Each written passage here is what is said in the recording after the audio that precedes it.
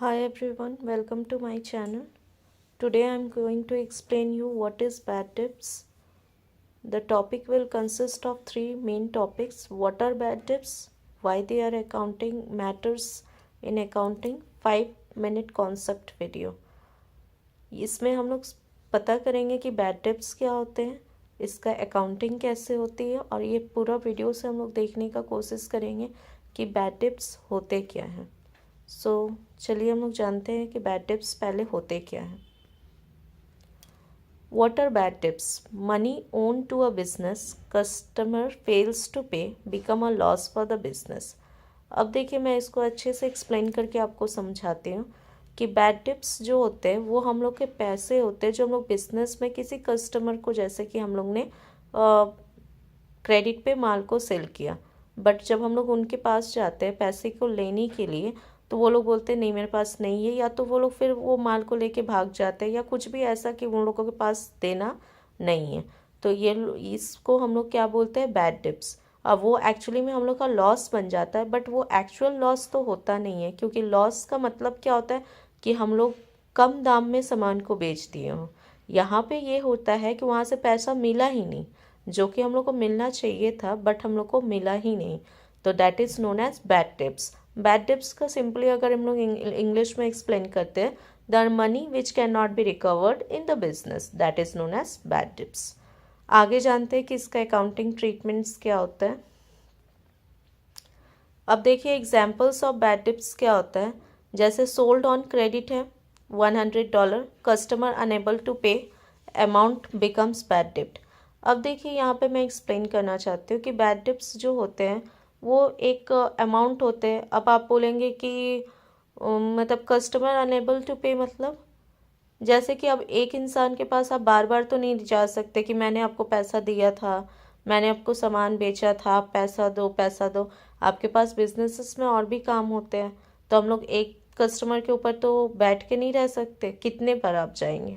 तो उसकी वजह से क्या होता है कि वहाँ पे हम लोग जा जा के परेशान रहते हैं, तो वहाँ से पैसा रिकवर नहीं होता। या अब सपोज डैट कि आप पैसा वो मिला ही नहीं, वो भाग गया आपका सामान लेके, या वो देने के लिए राजी ही नहीं है, तो वो क्या हो जाता है, हम लोग के लिए बैड डेब्ट्स हो जाता है।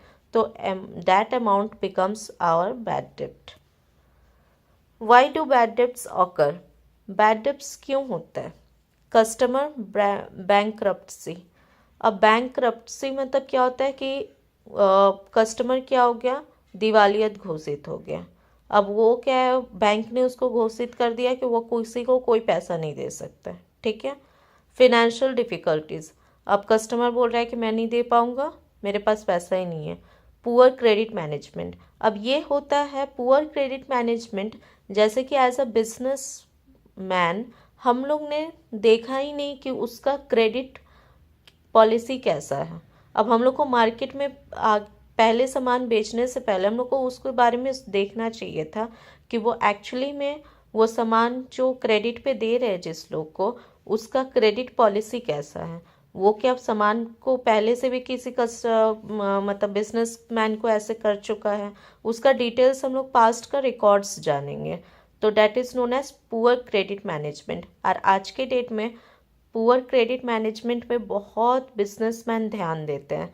आजकल बहुत सारा थर्ड पार्टी ऐप भी निकल गया है जिससे हम लोग पता कर सकते हैं कि वो इंसान का क्रेडिट स्कोर्स क्या है, वो कैसा है। बट स्मॉल स्मॉल बिजनेसेस में अभी भी ये प्रॉब्लम्स चल रही है, तो for that reason poor credit management हम लोग आसपास के लोगों से भी पूछेंगे तो उनके बारे में मार्केट में पता चल जाएगा। अकाउंटिंग ट्रीटमेंट क्या होता है? देखिए जहाँ तक कि ये बैड डेब्ट्स हमारा एक तरीका से लॉस है, बट ये लॉस तो हम लोग का क्या होता है, all losses are credit, but ये हम लोग का एक्सपेंस वाला लॉस है, इसीलिए दैट विल बी डेबिट। यहाँ पे बहुत सारे बच्चे या बहुत सारे अकाउंटिंग ट्रीटमेंट्स में कॉन्ट्रडिक्शन हो जाता है कि लॉस तो हम लोग क्रेडिट में करते हैं तो इसमें डेबिट क्यों, because we record it as a expense. तो for that reason bad debts account debit to debtors account और recorded as a expense. Bad debts in profit and loss account shown as a expense, क्योंकि मैंने ये भी बताया कि वो loss नहीं होता है बट वो एक्सपेंस होता है। रिड्यूसेस नेट प्रॉफिट, आपका प्रॉफिट तो कम करेगा ही।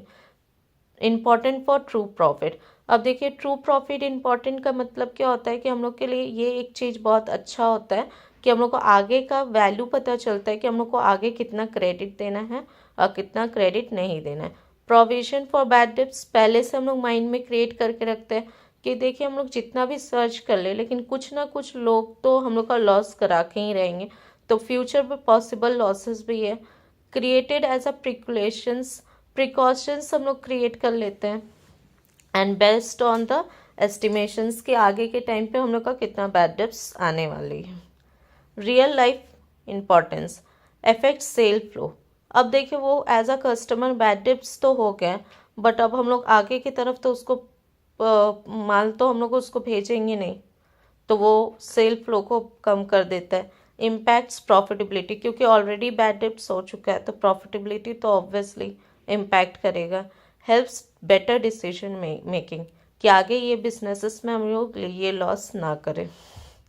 Summary, bad debts uncorrectable amounts जो कि हम लोग कलेक्ट नहीं कर सकते, recorded as a expense, important accounting concept. Thank you.